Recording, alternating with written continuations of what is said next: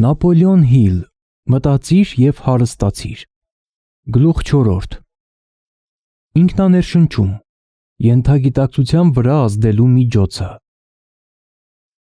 Դեպի հարստություն տանող երրորդ քայլը։ Ինքնաներշնչում տերմինը վերաբերում է ներշնչումների և ինքնակառավարման բոլոր ազդակներին, որոնք մարդու մտքին հասնում են 5 զգայարանների միջոցով։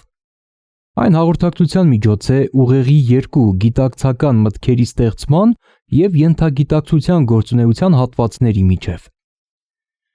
Գերիշխող մտքերը, որոնք մարդու թույլտվությամբ մնում են գիտակցության մեջ, այդ մտքերը դրական թե բացասական աննյութական են, ինքնաներշնչման սկզբունքով ինքնաբերաբար հասնում են ենթագիտակցությանը և ազդում են նրա վրա։ Ոչ մի միտք, դրական թե բացասական, չի կարող մուտք գործել ենթագիտակցություն առանց ինքնաներշնչման սկզբունքի օժանդակության, բացառությամբ եթերից հասած մտքերի։ Այլ կերպ ասած, բոլոր զգացական տպավորությունները, որ ընկալվում են 5 զգայարաններով, կասեցվում են մտածող գիտակից մտքի կողմից և կարող են կամ փոխանցվել ենթագիտակցությանը կամ գիտակցաբար մերժվել։ Ուստի և գիտակցությունը որպես պահապան ծառայում է ենթագիտակցության մուտքի մոտ։ Բնությունը մարդուն այնպես է ստեղծել, որ նա 5 զգայարանների միջոցով բացարձակ վերահսկում ունենա իր ենթագիտակցությանը հասնող ամեն ինչի վրա, չնայած սա չի նշանակում, որ մարդը մշտապես իրականացնում է այդ վերահսկողությունը։ Մեծ մասամբ մարդ չի իրականացնում այն, ինչով էլ բացատրվում է մարդկանց մեծամասնության ողջ կյանքում աղքատ լինելը։ Հիշիր, թե ինչ է ասվել ենթագիտակցության մասին, նմանեցնելով այն բերրի այգու, որտեղ մոլախոտերն առատորեն կաճեն, եթե չցանվեն ավելի ցանկալի մշակաբույսերի սերմեր։ Ինքնաներշնչանքը վերահսկման միջոց է, որի օգնությամբ անհատը ստեղծագործ մտքերով կարող է իր ցանկությամբ պարարտացնել իր ենթագիտակցությունը կամ անտեսելով թույլ տալ, որ կործանարար մտքերը տեղ գտնեն մտքի այս հարուստ այգում։ Ցանկությանը նվիրված գլխում վերջին 6 քայլերը ներկայացնելիս քեզ հրահանգվել է օրը 2 անգամ բարձրաձայն ընթերցել հարստանալու քո ցանկության գլխավոր ձևակերպումը և քեզ տեսնել ու զգալ արդեն հարստության տեր դարձած։ Հետևելով այդ ցուցումներին, քո ցանկության առարկան ուղղակի հաղորդակցության մեջ ես դնում քո ենթագիտակցության հետ բացարձակ հավատի ոգով։ Այս արարողության կրկնությամբ դու կամովին ստեղծում ես մտային սովորույթներ, որոնք օգտակար են քո ջանքերի համար, ցանկությունը վերածելու նրա դրամական համարժեքին։ Կրկին կարդա թիվ 2 գլխում նկարագրված 6 քայլերը, շատ ուշադիր կարդա, նախքան կշարունակես հետագա ընթացքդ։ Այնուհետև, երբ հասնես դրան, շատ ուշադիր կարդա 4 ցուցումները, կազմակերպելու քո ուղեղների խումբը, որը ներկայացված է կազմակերպված ծրագրմանը վերաբերող գլխում։ Համեմատելով ցուցումների այս 2 խմբերը ինքնաներշնչման վերաբերյալ նշվածի հետ, դու անշուշտ կտեսնես, որ ցուցումները ներառում են ինքնաներշնչման սկզբունքի կիրառումը։ Ուստի և, երբ բարձրաձայն կարդալիս լինես քո ցանկության շարադրանքը, որի միջոցով դու ջանում ես դրամական գիտակցություն զարգացնել, հիշիր, որ բառերի սոսկ ընթերցումը արդյունք չի ունենա, եթե չգումարես դրանց զգացում կամ զգացմունք։ Եթե դու միլիոն անգամ կրկնես Էմիլ Կուեի հայտնի բանաձևը «Ամեն օր, ամեն կերպ ես ավելի լավն եմ դառնում, ավելի ու ավելի լավը», առանց միախառնելու զգացմունքը և հավատը քո խոսքերին, ցանկալի արդյունքի չես հասնի։ Քո ենթագիտակցությունը ճանաչում և գործում է միայն այն մտքերի շնորհիվ, որոնք հնարավորինս միախառնված են զգացմունքի կամ զգացումի հետ։ Սա կարևոր սկզբունք է, ինչպես կրկնության հրահանգը, որն առկա է գրեթե յուրաքանչյուր գլխում։ Գլխավորապես այս սկզբունքը լիովին չհասկանալու պատճառով է, որ ինքնաներշնչման սկզբունքը կիրառել փորձող մարդկության մեծ մասը չի հասնում ցանկալի արդյունքի։ Սովորական անզգացմունք խոսքերը չեն ազդում ենթագիտակցության վրա, դու չես հասնի շոշափելի արդյունքի, մինչև չսովորես ներգործել քո ենթագիտակցության վրա մտքերով կամ խոսքերով, որոնք բավականաչափ զգացմունքայնացված են հավատով։ Մի վհատվիր, եթե չես կարողանում վերահսկել եւ ուղղորդել զգացմունքներդ առաջին իսկ փորձից։ Հիշիր, կյանքում ամեն բան իր գինն ունի։ Քո ենթագիտակցությանը հասնելու եւ նրա վրա ներգործելու կարողությունը իր գինն ունի եւ դու պետք է վճարես այդ գինը։ Դու չես կարող խաբել, եթե անգամ ցանկանաս։ Ենթագիտակցության վրա ազդելու ունակության գինը այստեղ ներկայացված սկզբունքները տևականորեն կիրառելու համառությունն է։ Դու չես կարող զարգացնել ցանկալի կարողությունը ավելի ցածր գնով։ Դու եւ միմիայն դու պետք է որոշես, թե արդյոք պարգևը, որի համար պայքարում ես, դրամական գիտակցությունը, արժե այն գինը, որը վճարելու ես։ Միայն իմաստնությամբ եւ շնորհալիությամբ դրամ չեն ձեռք բերի եւ կուտակի։ Բացառությամբ հազվադեպ օրինակների, երբ միջին մեծությունների օրենքը նպաստում է դրամի ձգողականությանը այս աղբյուրների միջոցով։ Այստեղ ներկայացված դրամ գրավելու մեթոդը կախված չէ միջին մեծությունների օրենքից։ Ավելին, այդ մեթոդը որևէ մեկին նախապատվություն չի տալիս։ Այն հավասարաչափ արդյունավետ կգործի բոլորի համար։ Իսկ եթե անհաջողություն պատահի, դա կլինի անհատի, ոչ թե մեթոդի ձախողումը։ Եթե դու փորձես եւ չհաջողես, փորձիր կրկին, ապա նորից, մինչև որ հաջողության հասնես։ Ինքնաներշնչման սկզբունքի կիրառման քո ունակությունը մեծապես կախված է տվյալ ցանկության վրա կենտրոնանալու քո կարողությունից, մինչև որ այդ ցանկությունը դառնա խիստ մտասևեռում։ Երբ սկսես հետևել երկրորդ գլխում ներկայացված 6 քայլերի հետ կապված ցուցումներին, քեզ անհրաժեշտ կլինի օգտվել կենտրոնացման սկզբունքից։ Թույլ տուր մի քանի խորհուրդ տամ կենտրոնացման արդյունավետ գործածության համար։ Երբ սկսում ես հետևել 6 քայլերից առաջինին, որը քեզ ցույց է տալիս, որոշակիացրու քո փափագած գումարի չափը։ Փակ աչքերով միտքդ կենտրոնացրու կամ ուշադրությունդ սևեռիր այդ գումարի վրա, մինչև որ իրականում տեսնես դրամի ֆիզիկապես ի հայտ գալը։ Կատարիր սա ամեն օր, առնվազն օրական 1 անգամ։ Այս վարժությունները կատարելիս հետևիր հավատին վերաբերող գլխում ներկայացված ցուցումներին եւ քեզ տես իրականում այդ գումարի տերը դարձած։ Ուշադրություն դարձրու ամենանշանակալից իրողությանը։ Ենթագիտակցությունը վերցնում է բացարձակ հավատի ոգով տրված ցանկացած հանձնարարություն եւ գործում է այդ հանձնարարականներով, չնայած որ հրահանգը հաճախ անհրաժեշտ է հաստատել նորից ու նորից, կրկնությամբ, մինչև որ յուրացվում են ենթագիտակցության կողմից։ Հետևիր այս մտքին եւ քո ենթագիտակցության գլխին մի լրիվ օրինական խաղ խաղա, հավատացնելով նրան, քանի որ դու հավատում ես, որ պետք է ունենաս քո պատկերացրած դրամը, որն արդեն սպասում է քո հայցին, որ ենթագիտակցությունը պետք է քեզ տա գործնական ծրագրեր ձեռք բերելու համար դրամը, որը քոնն է։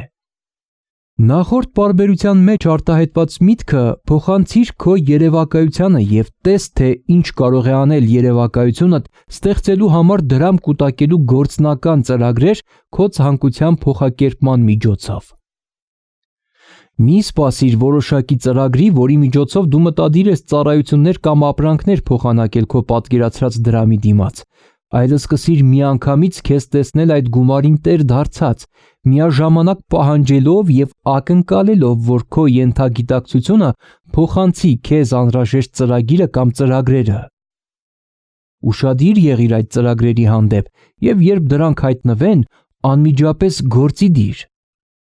Երբ ծրագրերը հայտնվեն, հավանաբար կփայլատակեն քո մտքում 6-րդ զգայարանի միջոցով, ներշնչանքի ձևով։ Այս ներշնչանքը կարող է սահմանվել որպես անմիջական հեռագիր կամ ուղերձ բարձրագույն գիտակցությունից։ Հարգանքով վերաբերվիր նրան եւ գործի դիր այն հենց որ ստանաս։ Ձախողումը ճակատագրական կլինի քո հաջողության համար։ 6 քայլերից 4-րդը քեզ ցույց է տալիս, ստեղծիր որոշակի ծրագիր իրականացնելու փափագդ եւ սկսիր միանգամից այդ ծրագիրը գործի դնել։ Այս ցուցումին պիտի հետևես այնպես, ինչպես որ նկարագրված է նախորդ պարբերության մեջ։ Մի վստահիր քո առողջ բանականությանը ցանկության վերափոխման միջոցով դրամ կուտակելու համար։ Քո ողջախոհությունը կեղծ է, ավելին, փաստարկելու քո հատկությունը ծույլ է եւ եթե դու լիովին կախված լինես դրանից, սպասելով որ այն քեզ կծառայի, կարող ես հիասթափվել։ Երբ փակ աչքերով պատկերացնես դրամը, որը մտադիր ես կուտակել,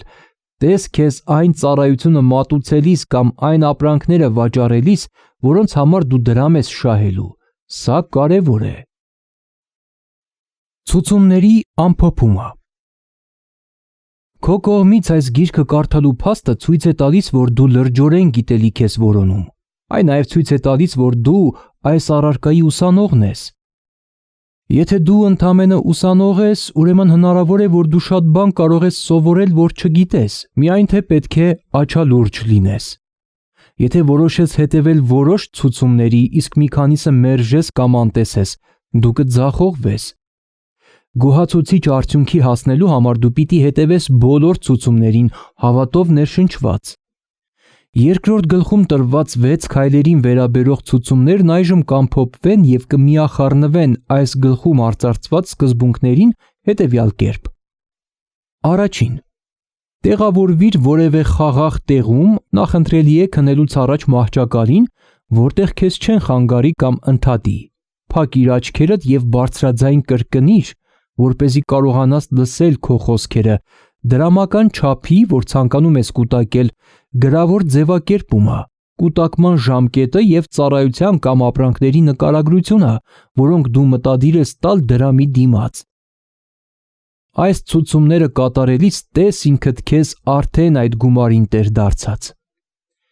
Օրինակ, ենթադրենք, որ դու նպատակ ունես հավաքելու $50,000 5 տարի ժամկետում, մինչև հունվարի 1-ը, որի համար դու մտադիր ես անձնական ծառայություն կատարել որպես վաճառող։ Քո նպատակի գրավոր շարադրանքը պետք է լինի մոտավորապես այսպես. Այսինչ թվականի հունվարի առաջին օրը ես կունենամ $50,000, որն այդ ժամանակահատվածում ինձ կհասնի տարբեր չափերով ժամանակ առ ժամանակ։ Հանուն այս դրամի, իմ հնարավորությունների սահմաններում ես կմատուցեմ ամենից արդյունավետ ծառայությունը, հնարավոր քանակությամբ եւ լավագույն որակով դրսևորելով վաճառողի իմ ունակությունները։ Նկարագրիր այն ծառայությունը, որ մտադիր ես մատուցել, կամ ապրանքները, որ մտադիր ես վաճառել։ Ես հավատում եմ, որ կունենամ այդ դրամը։ Իմ հավատն այնքան ուժեղ է, որ հիմա կարող եմ տեսնել այն աչքիս առաջ։ Կարող եմ շոշափել ձեռքերով։ Այդ դրամը սպասում է ինձ եւ իմ մատուցած ծառայության չափով ես մտադիր եմ ստանալ այն։ Ես սպասում եմ մի ծրագրի, որով կհավաքեմ այդ դրամը եւ կհետևեմ այդ ծրագրին, երբ այն ստանամ։ Երկրորդ. կրկնիր այս ծրագիրը երեկոյան եւ առավոտյան, մինչեւ կարողանաս տեսնել քո երևակայության մեջ այն դրամը, որ մտադիր ես կուտակել։ Երրորդ. քո գրավոր շարադրանքի մի օրինակը փակցրու մի այնպիսի տեղում, որ երեկոյան եւ առավոտյան կարողանաս տեսնել։ Կարդա այն մինչև պառկելդ եւ վեր կենալուց հետո, մինչև որ անգիր իմանաս։ Այս ցուցումները կատարելով հիշիր, որ դու կիրառում ես ինքնաներշնչման սկզբունքը քո ենթագիտակցությանը պատվեր տալու նպատակով։ Հիշիր նաև, որ քո ենթագիտակցությունը կգործի միայն զգացմունքորեն արտահայտված ցուցումների միջոցով, որոնք կփոխանցվեն զգացումով։ Հավատն ամենաուժեղ եւ ամենից արդյունավետ զգացմունքն է։ Հետևիր հավատին նվիրված գլխում առկա ցուցումներին։ Այս ցուցումները սկզբում կարող են վերացական թվալ։ Թող սա չանհանգստացնի քեզ։ Հետևիր ցուցումներին, կարևոր չէ թե սկզբնապես որքան վերացական կամ ոչ գործնական կարող են թվալ դրանք։ Ժամանակը շուտով կգա եւ եթե դու վարվես այնպես, ինչպես քեզ հրահանգված է, ցուցաբերես ոգի եւ գործողություն, ուժի մի նոր ամբողջ տիեզերք կբացվի քո առջև։ Բոլոր նոր գաղափարների հետ կապված թերահավատությունը բնորոշ է յուրաքանչյուր արարածի։ Սակայն եթե դու հետևես ընդգծված ցուցումներին, քո թերահավատությունը շուտով կփոխարինվի հավատով, որն իր հերթին շուտով կբյուրեղանա ու կդառնա բացարձակ հավատ։ Այնուհետև դու կհասնես մի կետի, երբ իրապես կասես. ես եմ տերը իմ բախտի, նավապետը իմ հոգու։ Շատ փիլիսոփաներ պնդել են, որ մարդն իր սեփական երկրային բախտի տերն է, սակայն նրանց մեծ մասը չի կարող ասել, թե ինչու է այդպես։ Մարդու սեփական երկրային կարգավիճակի եւ հատկապես ֆինանսական կարգավիճակի տերը լինելու պատճառը մանրամասն բացատրվել է այս գլխում։ Մարդը կարող է իր եւ իր շրջապատի տերը լինել, քանի որ ունի սեփական ենթագիտակցության վրա ազդելու ուժը եւ դրա միջոցով կարող է ձեռք բերել բարձրագույն գիտակցության աջակցությունը։ Դու հիմա կարդում ես մի գլուխ, որ ներկայացնում է այս փիլիսոփայության կամարի հիմնաքարը։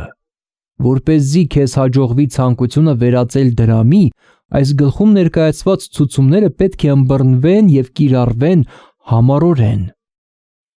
Ցանկությունը դրամի վերածելը տեղի է ունենում ինքնաներշնչման կիրառմամբ, որպես մի գործոն, որով մարդը կարող է հասնել եւ ներգործել ենթագիտակցության վրա։ Մյուս սկզբունքները պարզապես գործիքներ են, որոնցով կիրառում են ինքնաներշնչումը։ Հիշիր սա եւ ժամանակի ընթացքում կգիտակցես ինքնաներշնչման կարևոր դերը, որը քեզ օգնել է այս գրքում ներկայացված մեթոդներով ձեռք բերելու դրամ կուտակելու կարողություն։ Կատարիր այս ցուցումներն այնպես, ինչպես փոքրիկ երեխան։